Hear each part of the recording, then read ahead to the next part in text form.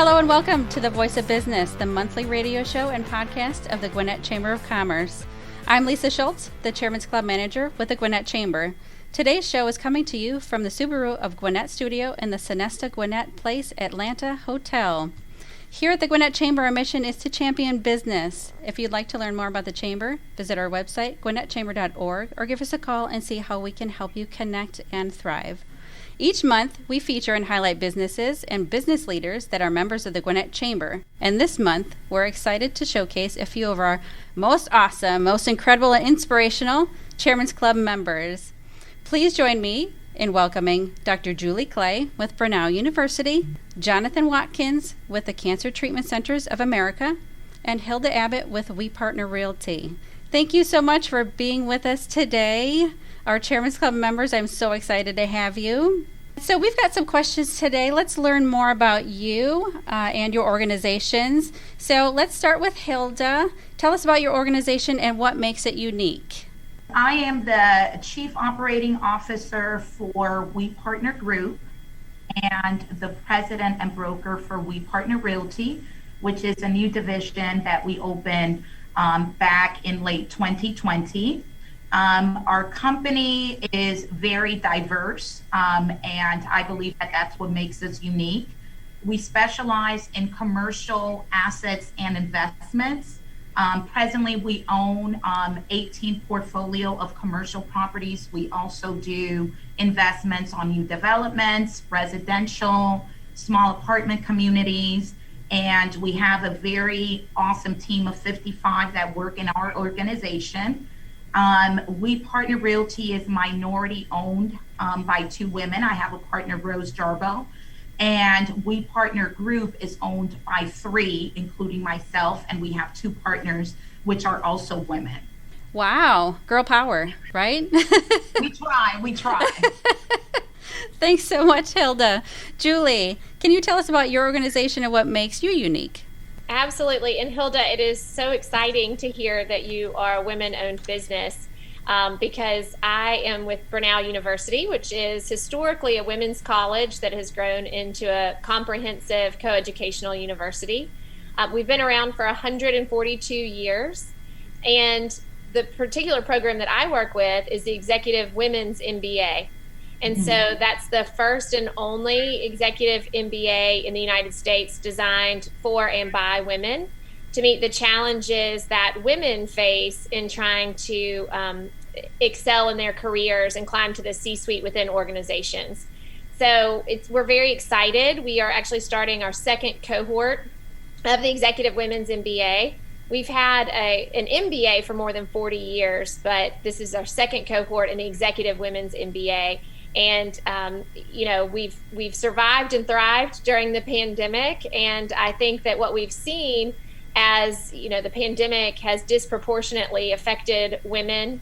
In December, all of the job loss was represented by women. I think it's very evident that this program is needed and that the time is right for this program.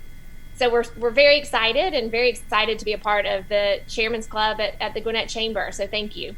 Oh, thanks so much, Juli. Jonathan, how do you follow these two amazing women? I know, it's very difficult. I appreciate you putting me behind them. I'm sorry. I'm sorry I did that. Well, welcome, Jonathan. Tell us about your organization and what makes it unique. Happy to do so. So at Cancer Treatment Centers of America, we're a single specialty hospital that's solely and dedicated to the treatment and hopefully someday eradication of cancer. One of the things that truly makes us unique is our model. We are housed under one roof, and we essentially provide each and every service that a patient could ever need. One of the things we've learned is that cancer patients, in many instances in health systems, have to traverse through the city to go see their medical oncologist in one setting. They have to go to perhaps receive infusion at an infusion center off-site. And then if they need surgery, they have to go to the hospital for the surgery. We provide each of those services under one roof and have done so for quite some time now. The facility in Noonan, Georgia, right outside of Atlanta, has been here 8 years. And our chairman and founder, Mr. Richard J. Stevenson, established the organization under one premise, which is what we call the mother standard of care, thinking about the comments that these ladies made earlier with women being the focus.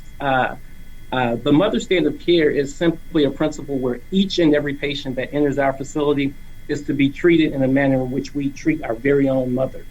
When Mr. Stevenson was assisting his mother in navigating her cancer journey, he was very disappointed in the care that she was receiving.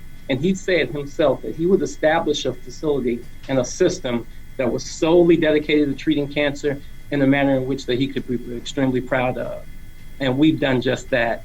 I'd be remiss if I didn't call out that we boast and brag and are happy and proud of the patient satisfaction ranking that's amongst the top 5% of hospitals across the country. And treating cancer and being able to receive a rating like that is something that we truly like to make sure we promote and tout in the community.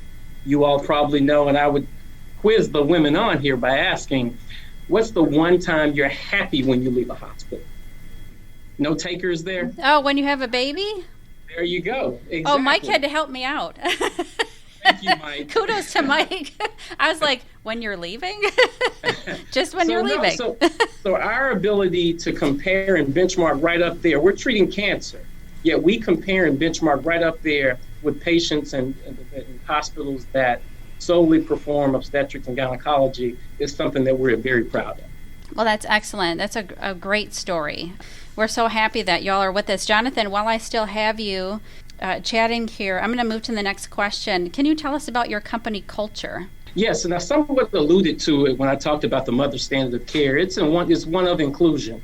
We don't call our employees. They're referred here as stakeholders, each and every individual, because we truly believe that every member of the team, regardless of where they rank in the organization, has a personal stake in how we treat our patients, how we treat each other. And with that, you naturally create a culture of inclusiveness, one in which we love the ideas and suggestions of our stakeholders. We encourage peer-to-peer recognition. We have what we call S2S, stakeholder to stakeholder, where if Courtney has done something phenomenal and I'm having a rough day and she's jumped right in, I can submit online for a peer-to-peer or a stakeholder-to-stakeholder recognition for her that eventually comes to me as the CEO and president to sign, and she's given a monetary reward, which again creates that culture of teamwork, inclusiveness, and support that we're extremely proud of. That's awesome. Thank you so much, Jonathan. Hilda, can you tell us about your company culture? Our company culture is very unique. We're dealing in an industry that is predominantly male-dominated.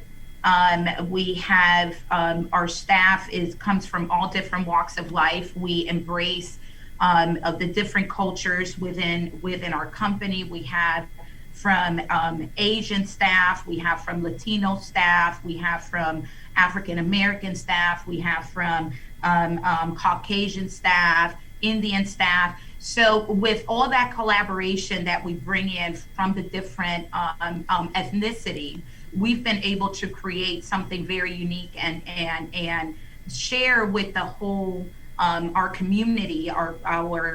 Our corporate office is based in Gwinnett, which is one of the fastest growing in the Hispanic community as business owners and as well as people moving into Gwinnett County. And what we've seen is that mixing all these different cultures within our company, different age groups to come from corporate America that want to retire from that company and start fresh in the industry of real estate, is that we've created a very tight knit within our staff. And I know, Lisa, you've met several of them within the company events, the chairman club events, that you could see the difference within our company just based on our composition mix of different cultures. Yes, absolutely. And everyone is a great time. I have loved everybody that I've met from your company. Thank you. Julie, can you tell us about your company culture? Absolutely. Like I said, we have, a legacy of 142 years of educating and empowering women, and now men and women, especially in the Northeast Georgia area. And so we really draw on that legacy and value the importance of teaching. So primarily we're a teaching institution. And now, having said that, our fastest growing areas are in health sciences, which is vastly research based. But I would say that our culture really revolves around a student-centric approach. We know that we are raising up the next generation of leaders, whether that's in education and business and the humanities and healthcare.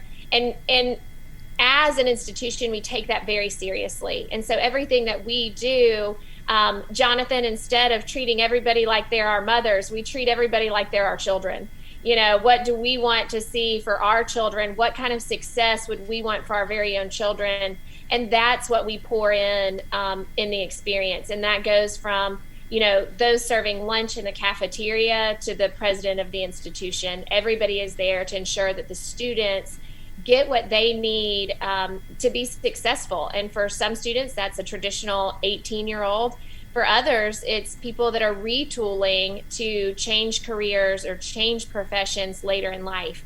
And so regardless of where they're entering or where they are in their journey, we all take it very seriously to give them the tools that they need to be successful and to really be change agents for our community and our country.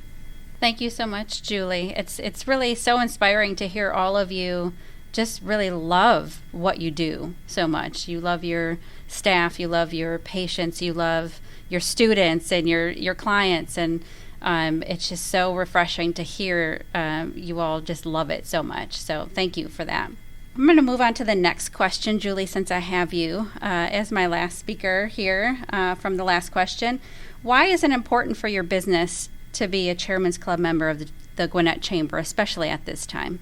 I think it's really important for us as an educational institution to be really embedded in the communities that we serve. We need to know what the trends are, whether it's the trends in healthcare, the trends in real estate, the trends in business. We need to know what's coming down the pipe so that we can pivot our approach with our students. So we need to make sure that we're offering the right programs to be creating the workforce of tomorrow.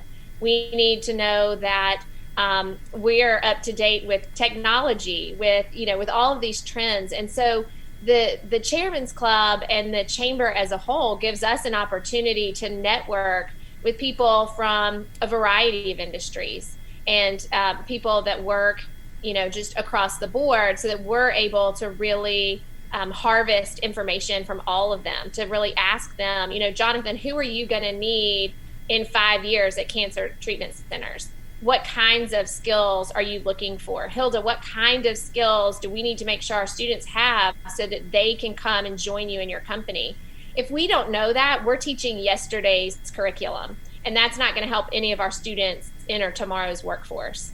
So for us, the Chamber really becomes a tool and an asset to get that information and then to be able to provide the workforce that the other members may need. Excellent. Thank you so much. It's such a unique perspective that you have on really, we're helping build the workforce from the ground up and creating these connections for you guys to be able to do that. Jonathan, I know that I have not been able to see you at any of our events just yet, but the same question. Why is it important right now for your business to be a Chairman's Club member? No, thank you. So for us, there are a couple reasons. The first is the opportunity to really connect with other businesses and organizations and to hear and learn from them how we can better serve, how we can be a partner, and how we can collaborate in addressing the needs of the community. One of the things that we were able to do in 2019 was to get a cap that was lifted on the number of patients that we could see in Georgia. When we came into the market, there was a 35% cap of patients that we could treat from this state. We had that, and we were able to successfully get that removed, which allowed us to now get out to more organizations to really speak to who we are and what we do. We were somewhat hesitant to do so initially because the last thing we wanted was to go out, become a part of the Chamber, tout the amazing care we provide, only to have members or family members of the Chamber reach out and hear, unfortunately, I'm sorry, we've reached our cap. You're going to have to wait until someone comes off the roster to come on. Being able, again, to successfully have that removed made us extremely enthused about the opportunity to jump on board, collaborate, network, and again, truly get engaged in the community that we're a part of. Well, we're so excited to have you and that you're able to be here with us and have the opportunity to get more involved with the Chamber and, of course, our members in the community. So thank you for that. Hilda, same question. Why is it so important to be a member of the Chairman's Club with the Gwinnett Chamber? Well, for us, for the WePartner family, it is very important to be part of the Chamber. And I was very excited. One of your chair club members from the Atlanta Gladiators reached out to me. And he said, Hilda, what you guys are doing in Gwinnett, our first commercial property was bought in Gwinnett and Lawrenceville. Our corporate office is here in Peachtree Corners. You should go and talk to the Gwinnett Chamber. I'm already part of the Hispanic, Georgia Hispanic Chamber of Commerce. I am co-chair of the Hispanic Business Center there. And when I met with Megan to know more about the chair club member, it was something very refreshing to me. I saw the opportunity to meet with other business owners and other companies. And since our portfolio primarily is commercial, I want to network with business owners and executives that could say, we're looking for space. What makes you make a difference in choosing one space or another? What makes you want to expand within your business, and then stay in the trends like what Juli was explaining, just knowing what's exactly going on around our surroundings. I think it's a very instrumental tool to our company. So we're very excited to be part of the chair club member at the Gwinnett Chamber. Well, we're very excited to have you, and it's been really interesting just getting to know you all and getting to know about your organizations more and how you connect. So thank you so much for all of your answers to this question. This is going to be an interesting question. I have asked this before in some of my past Chairman's Club chats that we've had over the last year, I guess 2020, when we started doing some things virtually, which was new for us. But what have you learned about yourself as a leader over the past year? Hilda, I'm going to start with you, please. What I've learned throughout this past year with the pandemic and position of leadership is that within our organization, we all report to each other. That I think was a big part of learning throughout this process of COVID-19.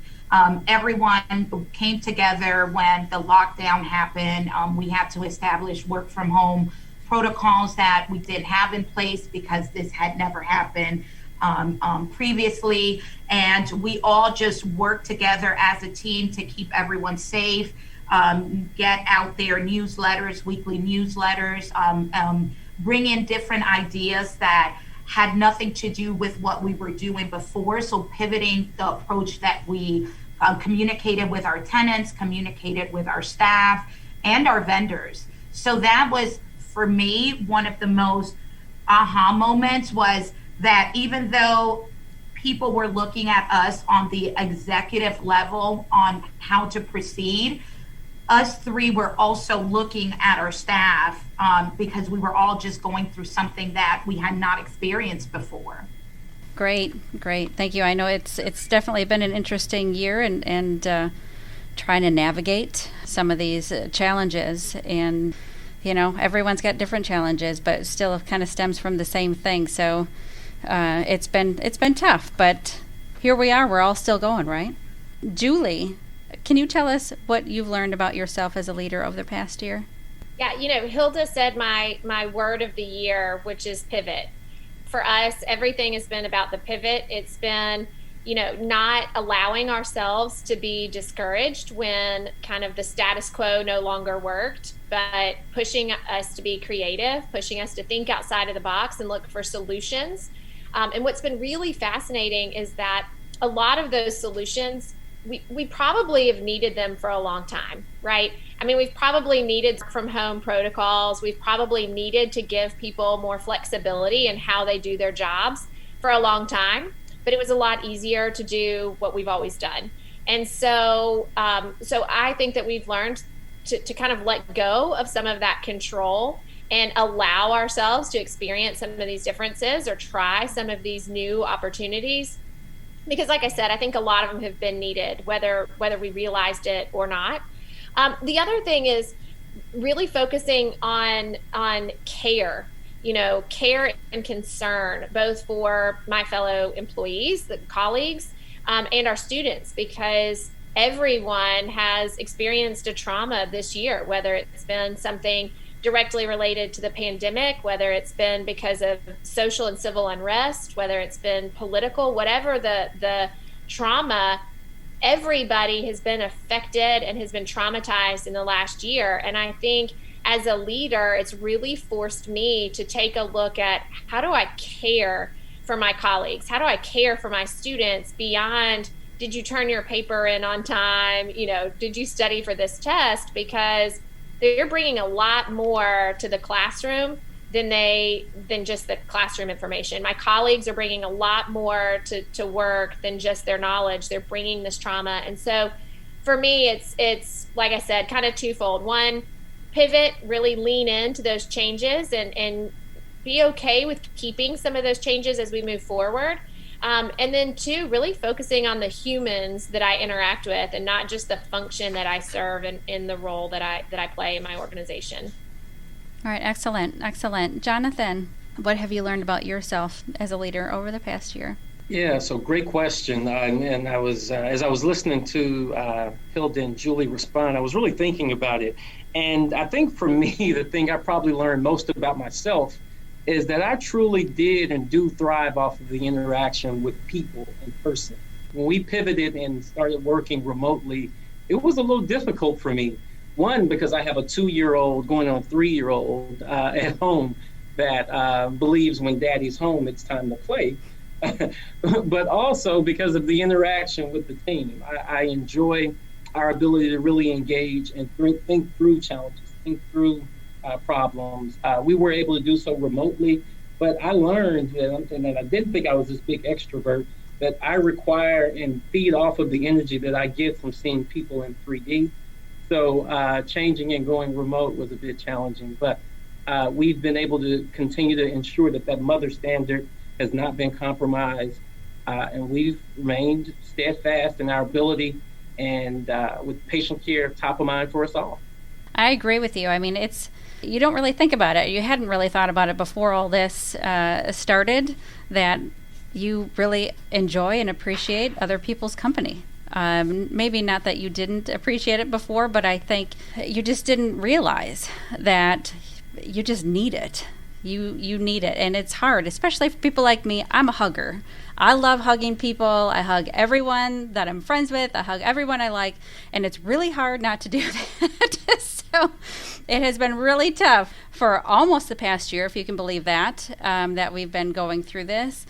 It's crazy to think that it's been almost a year since kind of everything hit the fan here, that we're still in this mess. But, it's been tough for those of us who are, we thrive off of talking with other people and just being with other people and having that connection. So, and I feel like that's all of us, whether, you knew it or not, you need that connection. So I'm glad that we can at least still do this and see each other and talk to each other. So it's great. It's interesting what you learn about yourself when you really need to take a look in the mirror.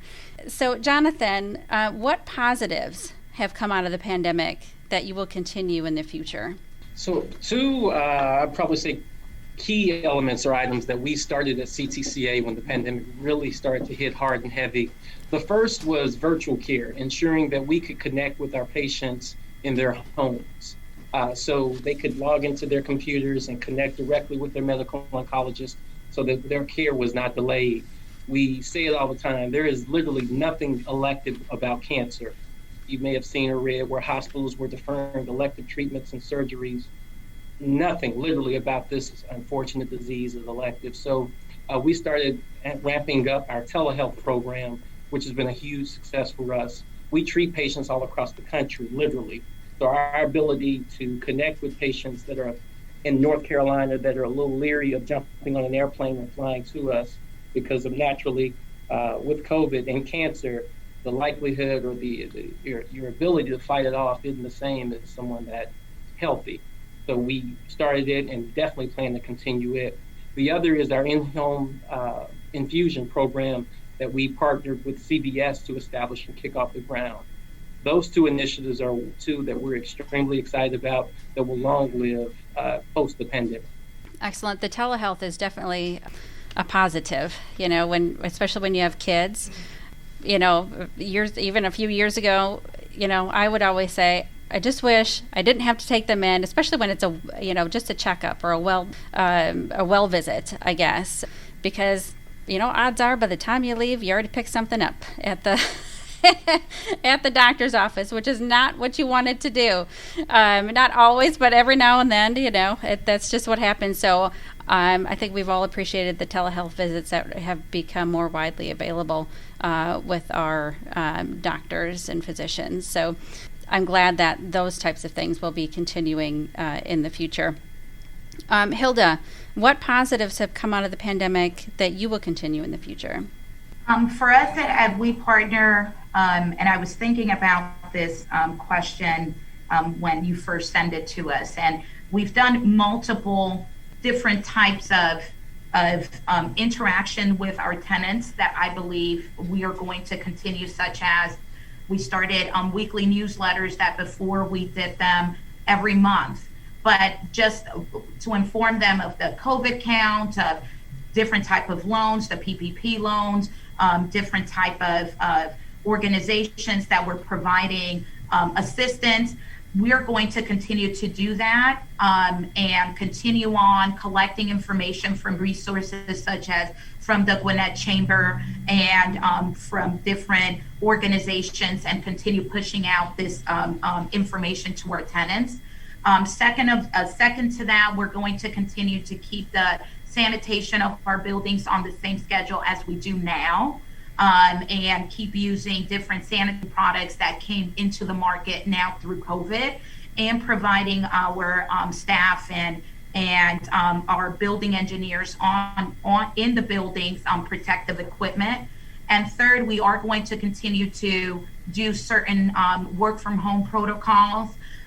We've seen that also helped, like what Juli was saying, that these are things that were much needed, but everyone was just doing the norm. And our company has kept very much successful and productive throughout this work from home protocol. And lastly, we are going to continue to be more interactive with our vendors and our staff. I think that the care part, like what you were mentioning, Lisa, we didn't think about that. We were just going through our day today, but now we've started a lot of other types of communication that has brought a closer bond with people that we were doing business with in the past. But this, going through this pandemic, has actually brought it to another level of understanding, of compassion, of togetherness. So these are some of the items that we're working on keeping together at WePartner.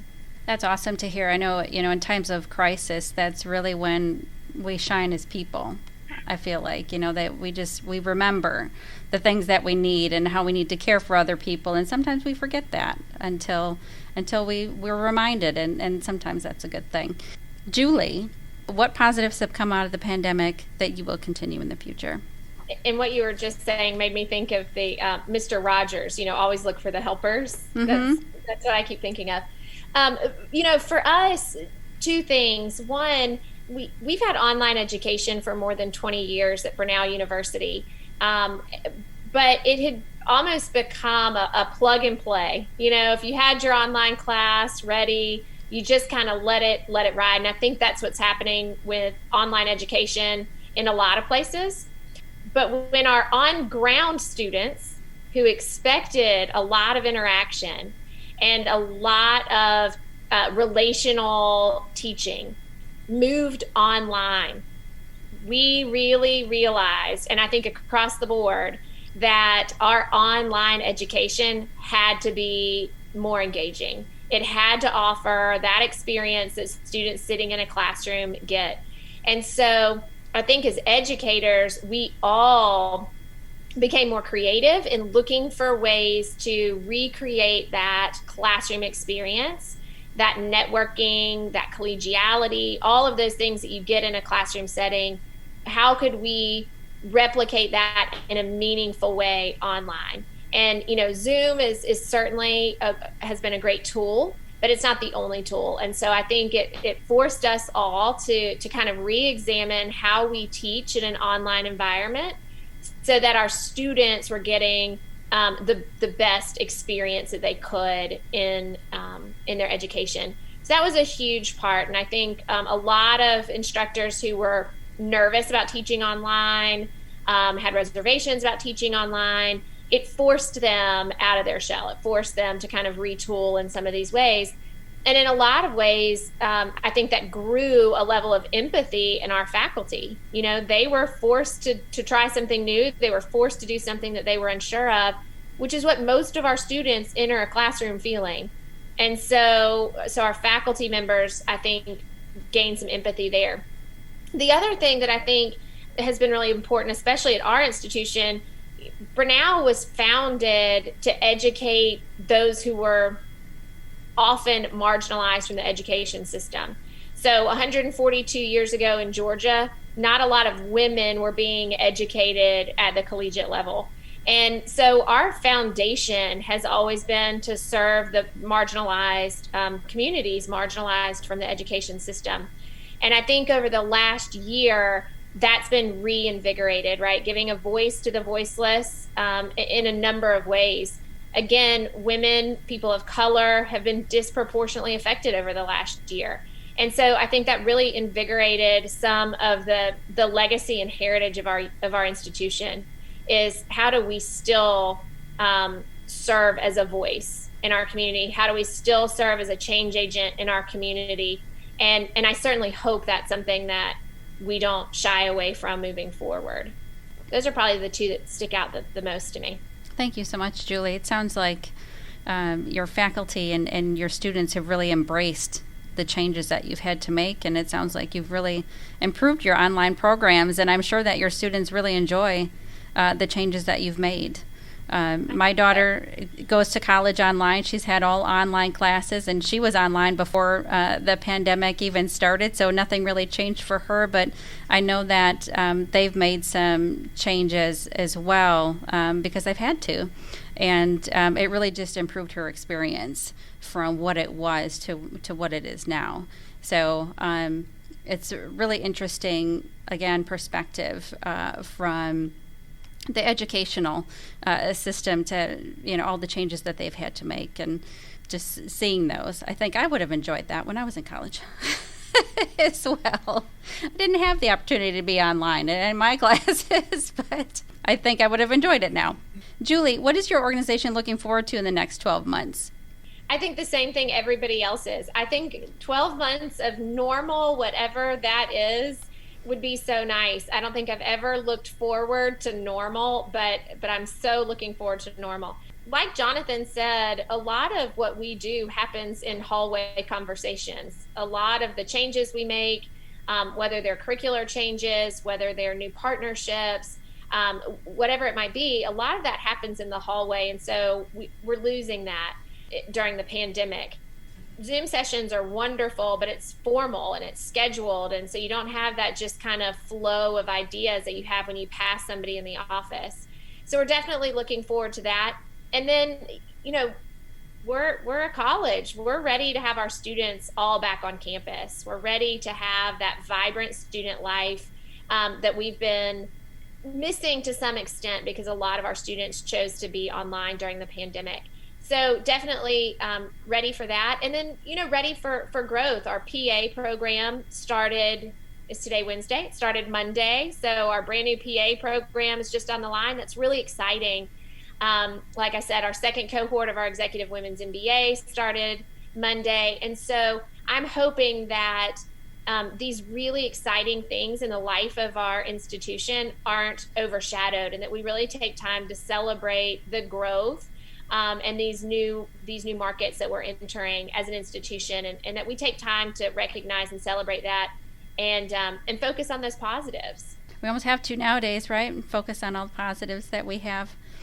Jonathan, what's your organization looking forward to the next 12 months? Again, echoing Julie's word, some sense of normalcy. We were excited a couple weeks ago, I think December 18th, in fact, to get the Pfizer vaccine in our facility. and we've had the privilege of vaccinating several of our stakeholders. I received my second dose Friday, and I'm happy to report everything's still normal, no challenges, no problems, no new toes, no new fingers, everything's still intact. Good to hear. But we're excited about that, as we hope it brings about max flex meeting. We are on site and we're still convening in a socially distant manner, but everybody's still wearing a mask. And and this is going to sound very odd, but I long to shake another man's hand again. Yes. I have not had an opportunity to shake a hand, to give a hug, any of those things that you typically do when you see and greet.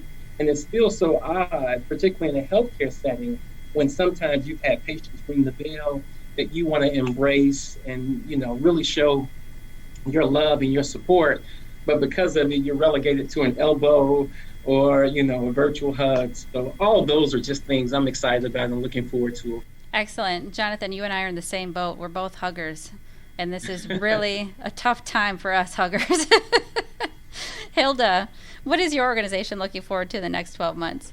Same as Juli and Jonathan. We're looking forward on having events. We have a tradition in where when our company does well, we've bought an asset or we've disposed of an asset, we do these small celebrations. We drink mimosas if we close early in the morning. We drink champagne straight if it's later in the afternoon. So, that's one of the things that we truly enjoy doing, because we work very hard to get to that point, and are things that have been very minimized throughout our company.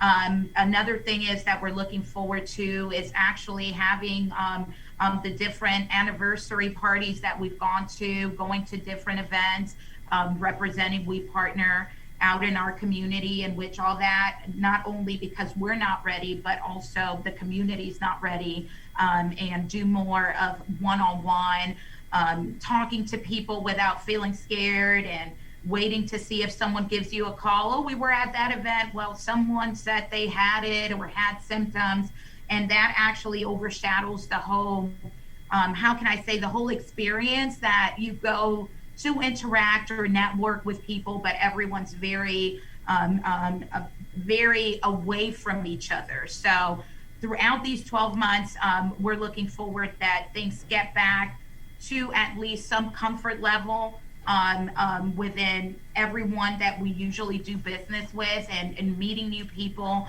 I'm looking forward to meeting Juli and Jonathan at one of the events, and just interact, keep the interaction going. And one thing I could say about the Chair Club membership is you guys did not stop, and we enjoyed every event you guys did.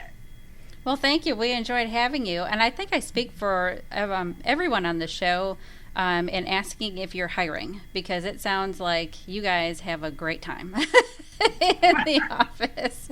Well, we work hard too. So yes, work hard, play hard. Play hard. And that's, and we've been very fortunate to attract very like-minded individuals, regardless of where they are from, what their ethnicity, what their age is. And we've been very lucky to create a very tight circle within our team.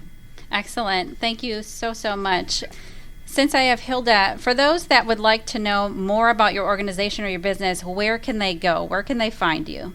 Our corporate office is located in Peachtree Corners here in Gwinnett County.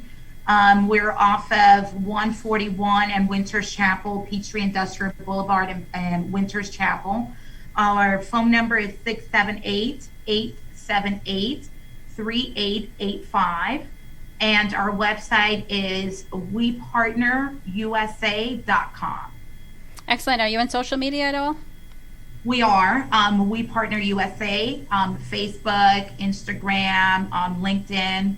Thank you, Juli, and also Jonathan. But Juli, for those that would like to know more about your organization or business, where can they go? Online, we're at www.brenau.edu. And then specifically for our executive women's MBA, ewmba.brenau.edu. on Instagram, on Facebook, on other social media outlets, Brenau University or Exec Women's MBA. Thank you, Julie. Jonathan, where can we find you? cancercenter.org is our website and best place to locate us. And you can also follow us on all social media outlets as well. Thank you so much. Thank you to our wonderful guests today. Thank you to all of you out there for listening to the Gwinnett Chamber's monthly radio show and podcast, The Voice of Business. We've really enjoyed having you all online with us today. It's great to see you, finally, even though it's on my computer. It's so great to see you all. I want to thank Mike Salmon with Business RadioX, who has me in studio today. We all love Business RadioX. Kiss, kiss, kiss. From afar. Just want to be clear.